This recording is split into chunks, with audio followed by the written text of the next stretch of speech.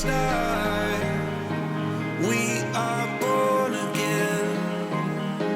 Open your heart. Spend this time in your head. Hello, everyone, and welcome back. Today with me, I have Kim Howerton, the ketonist. She has been in this space for a little while, and I'm finally getting to meet her virtually, albeit. But hello, Kim. Thank you so much for coming, and it's wonderful to meet you. It's lovely to meet you as well, Amy. So, would you do me a favor for those who do not know who you are? Tell us a little bit about yourself, your story, where we can find you. So when they fall in love with you, they can go follow you other places too. So I'm Kim Howerton and I'm 45 years old. I live in Berkeley, California, which is actually my hometown. Oh, and there's a fire truck, which is actually my hometown. I've lived some other places, but I came back here and I like the weather. I've been keto almost 6 years, although, you could argue these days I'm more low carb than keto. I went on a journey, which is I've lost over 100 pounds, turned around several health problems. I was dealing with PCOS, migraines, depression. I'm going to forget something that I have, but all these things, hypothyroidism, there you go. And managed to, through going keto, lose quite a bit of, also morbid obesity, lose quite a bit of weight, turn around a bunch of problems, still deal with, I have a body, I'm an aging woman, there's health stuff that comes up, but just from just a totally different foundation of health that I was able to create. Started coaching, hit a stall, figured out why I was stalled. At the time, it seemed like it took forever, but I did figure it out, reversed what I was doing wrong because we often don't get it right the first go round. And then started teaching people about how to deal with stalls. And so lost about 60 pounds initially, and then I've lost the rest of the weight since the tail end of the stall. And that's what I do. And you can, on much social, I'm the ketonist, which is putting together keto and hedonist, because I started my life as a hedonist and then I turned it keto because I decided, how can you live a pleasurable life if you aren't living it in a body that is capable of experiencing true pleasure because you feel like crap all the time? So that's kind of how that came about. And these days I eat more of a liberal, low carb diet, high protein, less fat. So I've done it all along the way. If you count high school, I was even vegetarian for a while. But I think everyone has a phase. But I just help people figure out what's right for them. Wait. So let me get this straight. There's no one size fits all answer that's going to fit for everybody. Strangely, no. I know it's, darn it, there isn't. Yeah, it's a journey, all of us. And I think, the way I look at it is when we start keto, it's so different than anything we've done before, or carnivore, fill in the blank, right? Whatever you're doing that's like the extreme thing. It was so different than how I was living. I mean, I was like donut for breakfast with a Diet Coke, Big Mac for lunch with the fries, and a healthy dinner. It was this garbage diet, and switching to keto was such an abrupt change. And I got militant. I was into it. I was like, this is my thing. This is my tribe. I am on board. And then I had kind of a identity crisis when like the version of keto I was doing stopped working for me. I felt like betrayed. I felt like keto had promised me the moon and had left me in, the Himalayas. I had gotten somewhere, but I hadn't gotten where I wanted to go. And I had to come to terms with the fact that I had sort of fallen for the dogma, not the science. And I had to go back and reacquaint myself with the science of metabolism to really understand why it stopped working and what was going on. And so I'm a big supporter of sort of the whole low carb spectrum. But I feel like it's sort of like a broken clock is right twice a day. Like there are a lot of people who they just do this cookie cutter, tell me what to do, I'll do it. And then they get all the way to where they want. And they're like, what? I didn't see any reason to customize. It's perfect off the shelf. But I see so many more people who are like, the dumb fit. Yes, the word dogma. Oh, that is my trigger word right now because, and the labels come with the dogma. And it's like, no, I'm a carnivore, which means I can't have spices. I can't have coffee. I can't have, because you're not a real carnivore. You're not carnivoring hard enough. I'm so over it. I don't expect everyone to be able to just eat meat and get healed. I am not. I tried. I did my best to stick to the perfect carnivore diet, grass-fed, grass-finished beef with organ meats and unsalted Kerrygold butter for 4 months. And that was going to heal all my problems, right? Actually, it created an eating disorder because I couldn't swallow the next bite. So I stopped eating and I was maybe 500 calories a day. But that was better than putting anything into my body that wasn't optimal health, right? Because I was going to carnivore right.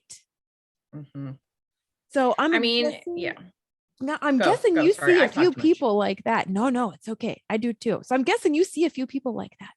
I do. I have one client right now. She's so funny. I mean, I have more than one client right now. I have a client right now who I will tell you a story about, which is she came to me eating like I think it was 900 calories a day, and we're like just inching her up. And she's now eating like way more calories. And she's like, I'm going to try carbs. I was like, you go. She added some carbs, non-starchy, some just like she was like under 10 can't go above it. And then, so now she like had some fruit, I think. I don't know. And she started losing weight as she started eating, still not very much, but a reasonable amount of food. And she's like, I can't understand this. And I'm like, the metabolism is complicated.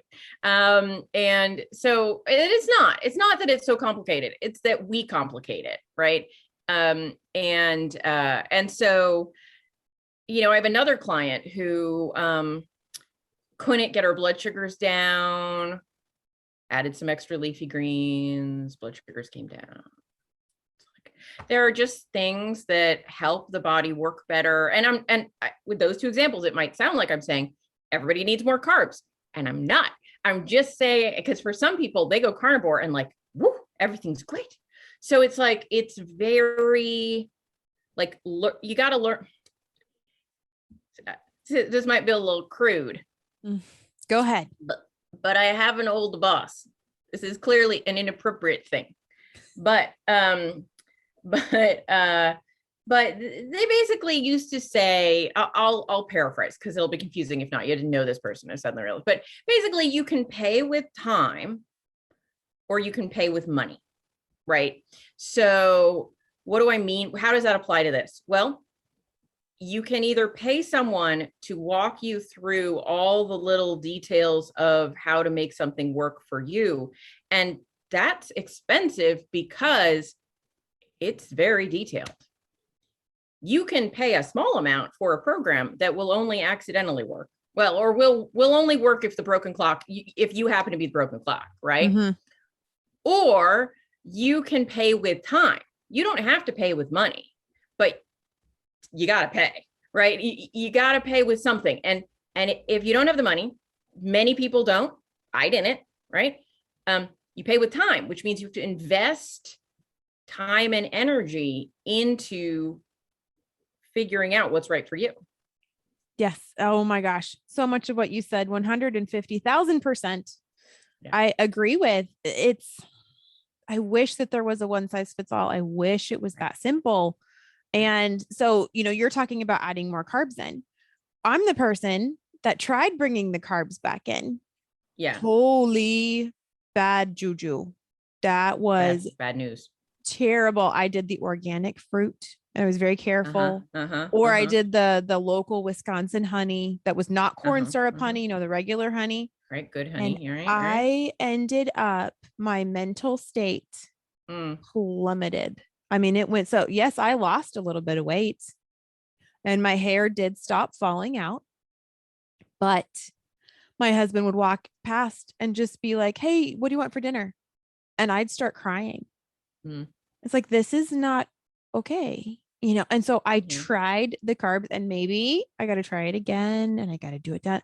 But I also know I also got sick for the first time in 4 years when I brought the carbs back in. I'm going to take that as, feedback that my body was like, no, we're good here. We're happy. So I very quickly went back to my very low carb. I'm like 20 carbs a day. It's where I feel about the best. I would love to pay someone to do tests, and I would love for someone to be able to tell me exactly what's going to work for me. Right. But instead, I'm just going to put in the time. Exactly. And so in case anyone was thinking, I was like, I'm literally just saying you have to invest the energy. And even if you invest the money, you still need to invest the energy, to be perfectly honest, because it's not like even the most expensive doctor on the planet can't just look at you and be like, you need blah, blah, blah. You need to try things out. And it's only overwhelming if your assumption is that health should be zero work. What in our life is zero effort?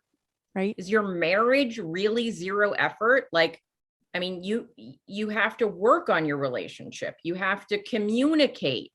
Your children, they require raising. You can't just free range them, within reason.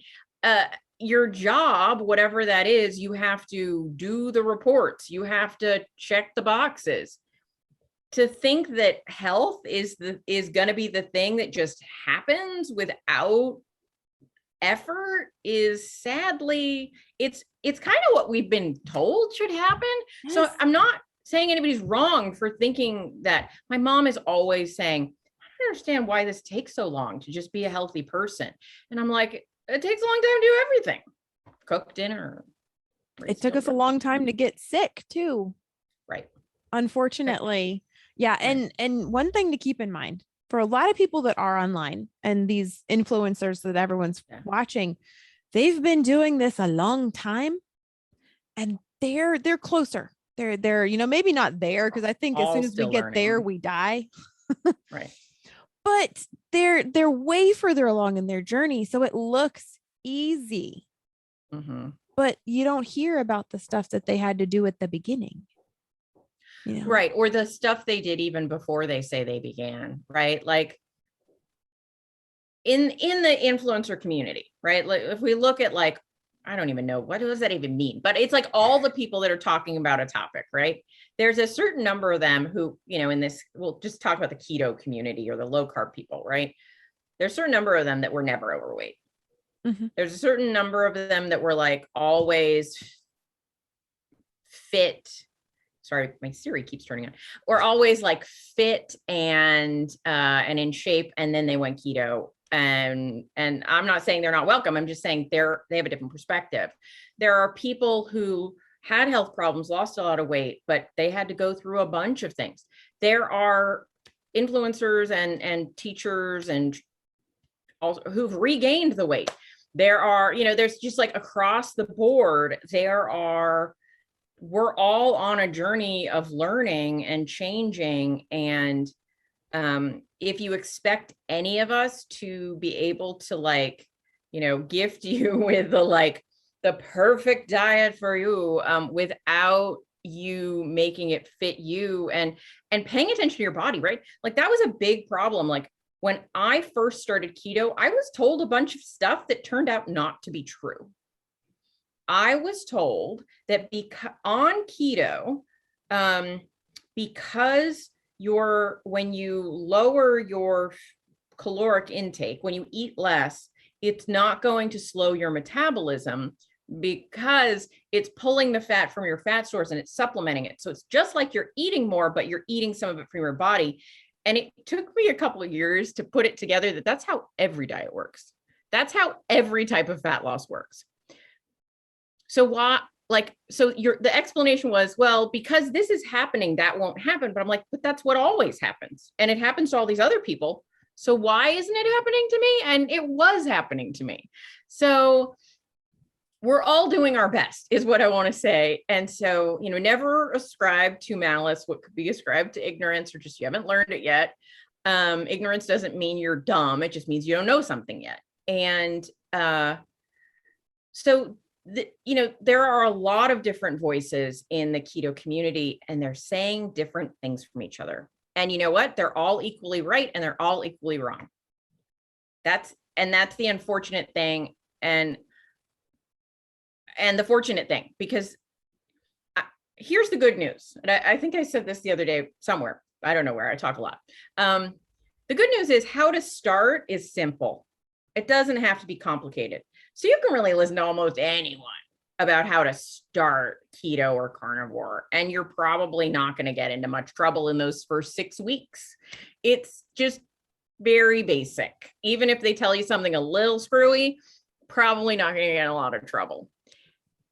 And then once you've gotten yourself through that the start of the adaptation period anyway, and you're feeling a little more comfortable, unfortunately or fortunately, then you actually have to start educating yourself, which means figuring out how to listen to discordant voices that don't agree with each other, and figuring out which one you want to listen to more, or about what.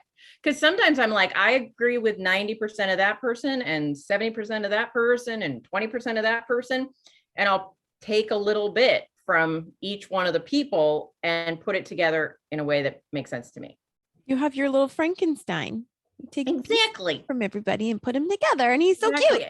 And unfortunately, I'm not going to go political here. We're not very good at that, like as a society. No, we're not. We're not good at being like, well, they have a point, but I don't agree with all of it. We're like, I disagree with one thing you said, therefore you are the devil, right? You can't do that. You have to, you have to piecemeal it together. 100%, because we're not all the same. And what works for one person is not guaranteed to work for another. However, what works for them may work for you. Yeah. And so that's why I encourage people to listen to many different points of view and many influencers who are saying different things. But do me one favor, don't try to implement them all at once. Yeah. So this in science, when you're testing something, you only change one variable at a time. Because if you change, let's say that you have a suspicion that you are lactose intolerant, that you can't do dairy at all. Actually, let's just say you can't do dairy at all.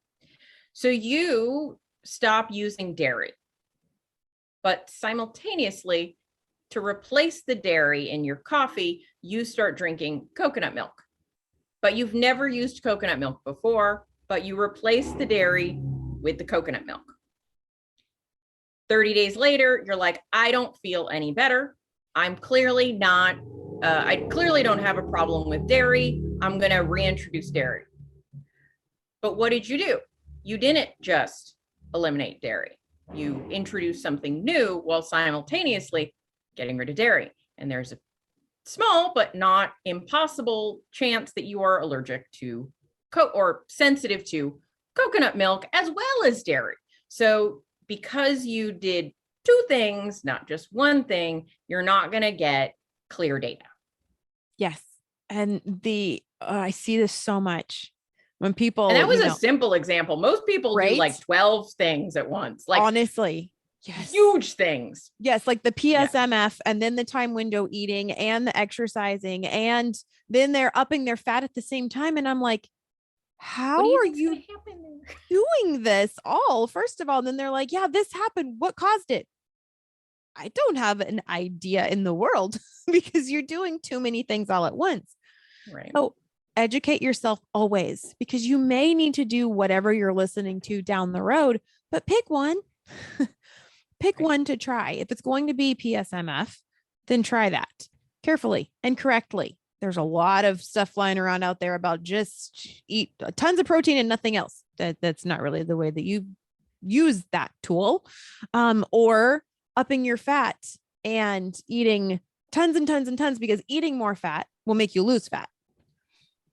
To an extent, yes, sometimes that does help. Like Kim said, her client went up in calories and then the weight is coming off. But I will tell you, there's a point where you push over too far and it won't happen. So, well, I think I know this is a lot to ask of people because we're busy and we got things going on. But if you're gonna try something, you can try it. But if you're gonna try something complex that you expect a result from, you should at least have a basic understanding of what you're expecting and why you think it should help. Because if you don't and I'm not saying like you have to understand like the deep biochemistry, but if you don't even understand the theory around the thing you're trying, I don't think you're ready to try it. Because you won't know what to look for in terms of working, results, not working, results, side effects, yada, yada, yada. And I know that's a lot to ask of people. I get it. But, as an example, like, have you talked about keto AF ever? No, I don't think I have. Okay. So there's this thing called keto AF that Amber O'Hearn, who's an OG carnivore, she's been carnivore for over a decade, was talking about. She talks at a lot of conferences. She's like incredibly brilliant. And it's basically stands for carnivore animal foods. Keto animal foods, rather. Sorry. It's not what you think. It was just a cute thing. Turn of phrase. It's 2 to 1. So very high fat carnivore. So you eat a lot of fat, more fat. And which is interesting because I tend to see lots of women do best on not low fat, but once they're adapted, they lower the fat and they start to lose more body fat. However, you can't do that on a long-term basis because lower the fat, lower the calories, your body adapts. But on the other end of the spectrum, there are some women who have very specific, mostly women, it might meant to, I just say women because I mostly talk to women, but people who have this very specific set of circumstances where their body fat does not want to be liberated. It's very resistant. It's like body fat resistance or something. And for some of them who all other approaches have failed, raising the fat seems to work. And that seems very counterintuitive to all of the people talking about protein-sparing modified fasts.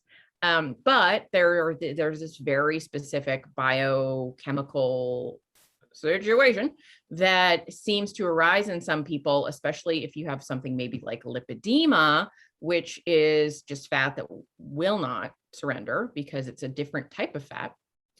And so there are some people who find this successful, and there is actually a theory behind it. It's not just like eat fat to lose fat. That's not what's happening. It's actually like there is something going on with the way your body works. And I'm not even an expert at this one. This one is one I'm learning more about now because I'm like, I really want to learn how that actually is working in these people, because it runs counter to what we think we know.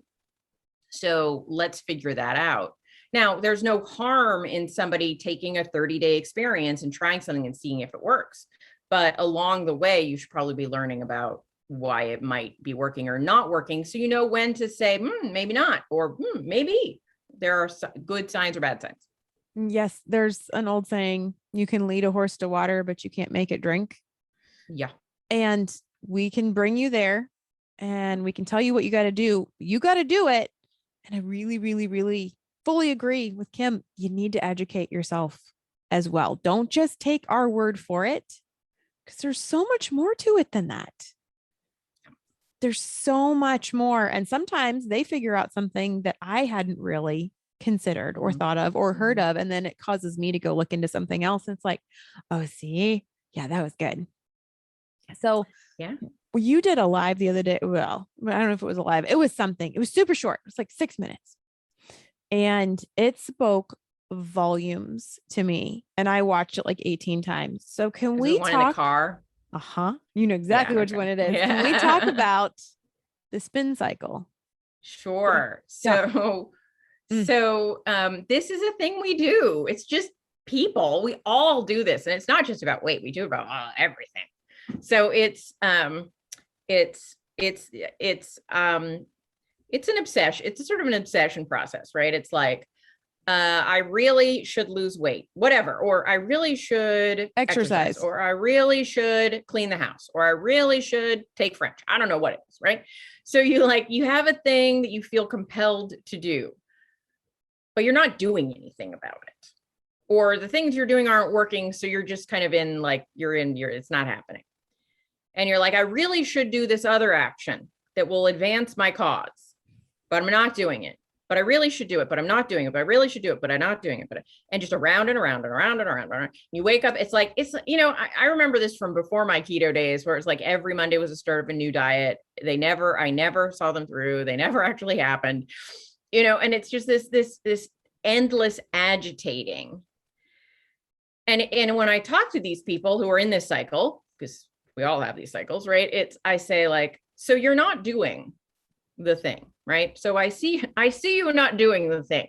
And they're like, I really got to do the thing. I'm like, okay, but you're not doing the thing. And they're like, but I got to do the thing. I'm like, but you're not doing it. We have to get okay with where we are.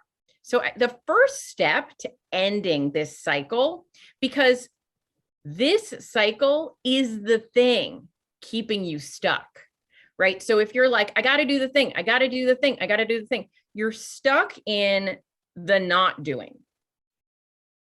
And this cycle of thought keeps you there forever unfulfilled and hating yourself and irritated and all that. So the first step to ending the cycle is actually to accept reality and get okay with where you are.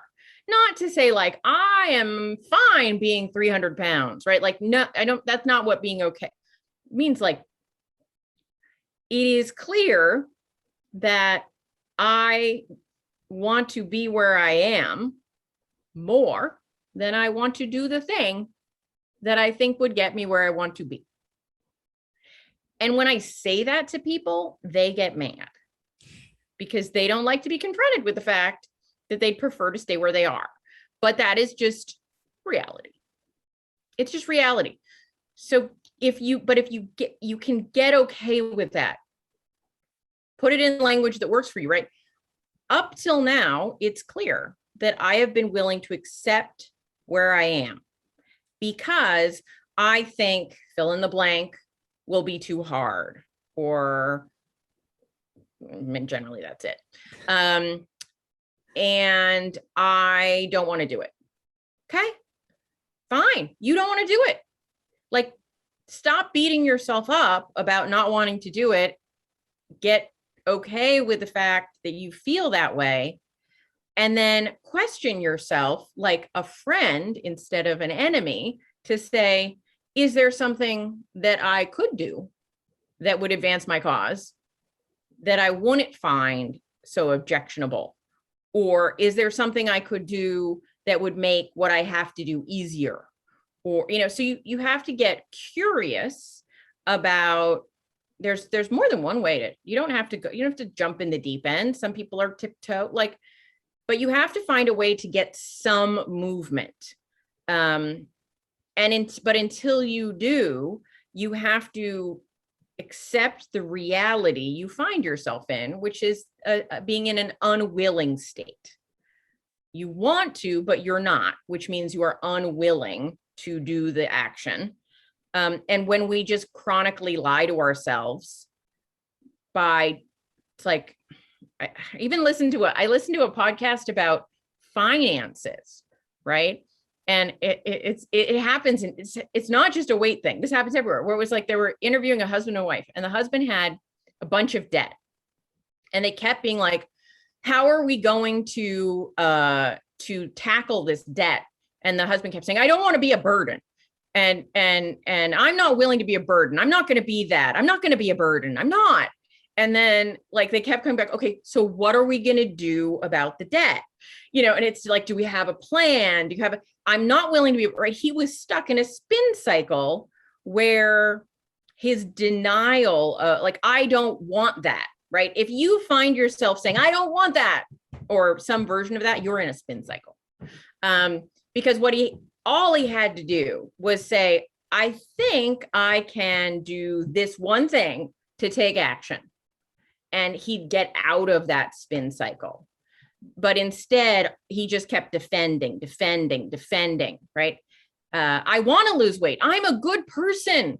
Don't think I don't want to lose weight. It's a defensive mechanism. And as long as you're being defensive, you're not going to make progress. Yeah. And as soon as you try, maybe you'll do it for like a day or two, and then you fall off, and then you beat yourself up because you fell off the wagon. Right. This is not helping you. And that's one of the things I'm trying to get people to do right now is be honest with themselves. It was after I watched your video. I was like, that is the key to everything, is to be honest with yourself, because we can lie to everybody else, but guess what? We lie to ourselves too. Right. I'm going to do this and this will make everything better. And then you don't. And getting to a point where you forgive yourself, love yourself, and accept that this is who you are. And that's okay. You'll be ready someday. Keep moving towards it one step at a time. Nisha's doing something. I just got the notification. What is it? I don't know. Been eating lately. Okay. Right. Yeah. I mean, there's actually been studies done, like a visualization where people imagine themselves in the future changed. Yes. They actually have done some studies where they find that actually is more likely to keep you from changing than help you change, because you live in, you get relief. So you get relief from the thing that's bothering you by envisioning the future where it's not a problem anymore, but you haven't problem solved on the way. You're just living the fantasy of it. And it's the same thing that when we defend ourselves, because we've decided that what we're not doing means something. When we defend ourselves, we get relief. We don't actually want that kind of relief. We want action to create the relief. We don't want defense to create the relief, because when I say action, I lean forward. When I say defense, I'm back, right? And action doesn't happen back here. It happens up here, right? Change happens forward, not behind. We're getting some Kim coaching tips right here. In case y'all aren't paying attention, I bet you she uses this in her coaching sessions. I'm just saying.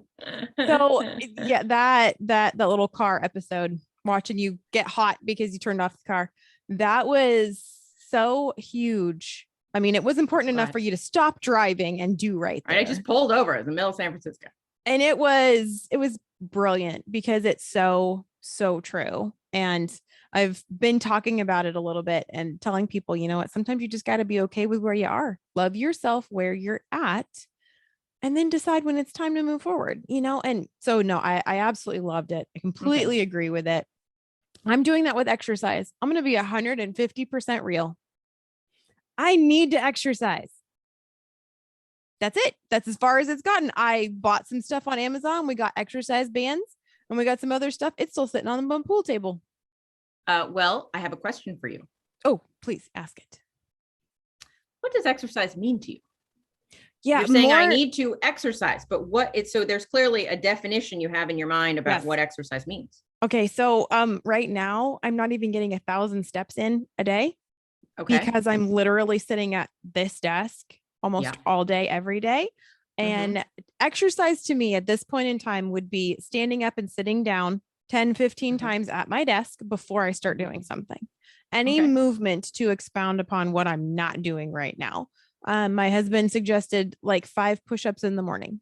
So something, 5 push-ups, 5 sit-ups. Do that. And then with the kids, it would be, do some exercise band, do some other stretchings downstairs. Okay. Now you've already expanded beyond one step. Oh, see, that's it.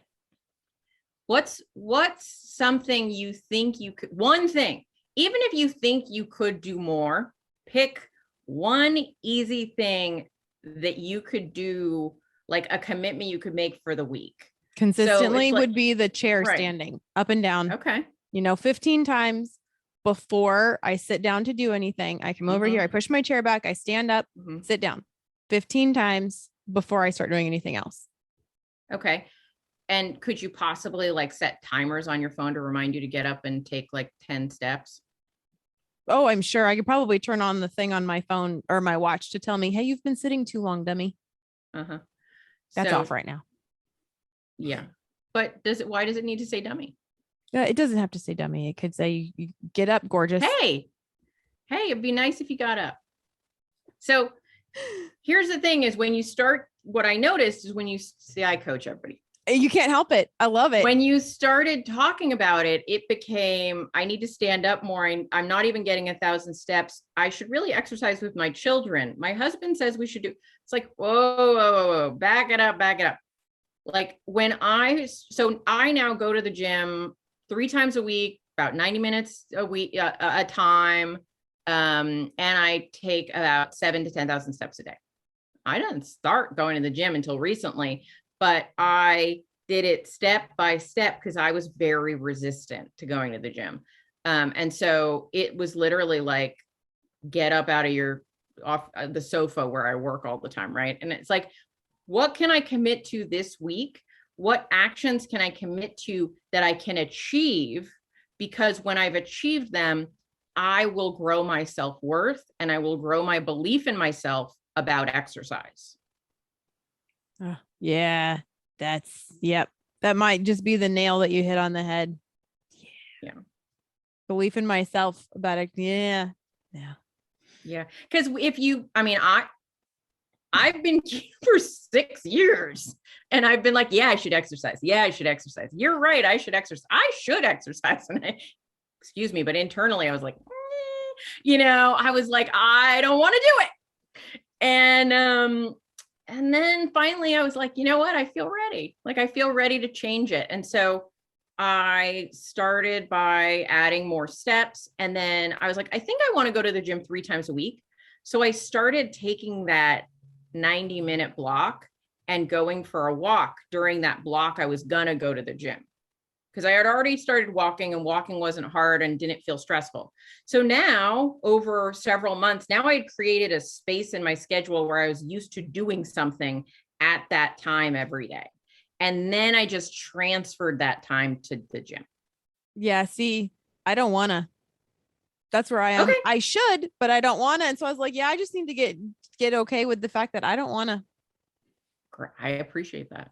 Like, don't want to is a good thing. So, I don't want to. Don't want to. Okay. I don't want to. So maybe you should say no. Yeah, I have been so far. Haven't even tried. Like, yeah, I bought the exercise bands for my husband. He's like, we should. And I'm like, you do it. I should, but I ain't gonna. I'm gonna be real. Okay. Then stop saying you should. That's my thing. I'm still, I should. I know I should because everyone says that you should. But now we should Kim do a lot of things. But see, now Kim has said she was 6 years keto before she even got to that point. I'm only 3 years keto. So, right. I have a little bit until I get there. We'll see. I'm not you. Maybe try instead of should saying, I understand there are benefits to exercise. I like that. Yeah. I understand that there are benefits to exercise. And someday I'll do it, but not yet. It is my choice right now to not engage in those benefits. Yeah. I'm okay being like this more than I want the change that the exercise would bring. Yeah. And people are going to be like, these ladies said we shouldn't exercise. No, it's just that if you're already not doing it, it is better to be honest with yourself than dishonest with yourself. Yeah. I don't want to.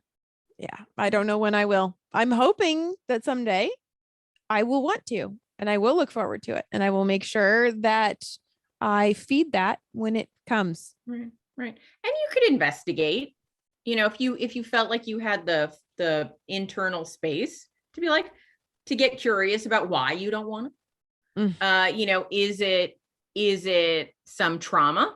A lot of us have exercise trauma, right? Like people are going to laugh at me, but like, so maybe we were a fat kid who got laughed at a lot or just felt uncoordinated and awkward. And so every time we think about exercising, we just feel really bad about ourselves. And that's not a mindset that's going to help us want to exercise. So, or maybe it's not that, maybe it's something else. But, if you feel like the space opens up in your life, you can always do a little soul searching about, well, why do I think that I don't want to? Yeah. Why do I not want to? Yeah. There are just a few tiny little coaching moments there for everyone who also doesn't want to. Kim can't Good help coaches herself. are not created because people are naturally good at things. Good coaches are people that really suck at a lot of things. And so we've had to work through some roadblocks. Yeah. No, there. Well, then again, I didn't want to start a YouTube channel either. Look what you did.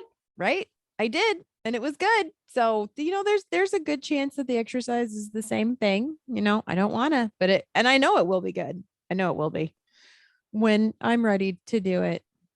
It's just not there yet. You haven't made space in your life for it, so it's not happening. And there might be a reason you haven't made space for it, and that's okay. And honestly, should. It's because I keep taking on more and more and more things, and I have no more space. I'm going to bed between 10 and 11 at night. Yeah. And I'm completely exhausted and not getting enough time with the kids. And that's one more thing that, And exercise, I feel like you have a association of exercise as it being a thing, right? Like, rather than it being something that you are incorporating in your life, it's a thing that would be taking away from your life. Right now, yes. Yeah. It's one more thing to take up time. Yeah. I'm sure there's a lot of people that see exercise as that. And then there's the people who literally live for exercise. And I'm not that person. I'm not. Thrive on it. It's not me. I fight hard. I've started to enjoy it, but there's been a long curve of not enjoying it. Yeah, I think that's why your spin cycle little chat hit me so hard, because it was like, that's the one thing I don't want to. Yeah. And I have to accept it. And I still keep, you all just watched it. You saw it live here. I still did it. Oh, I need to. No, I need to not. I need to wait until I'm ready, because I just put myself back in that spin cycle. No more spin cycle. No more. It's okay.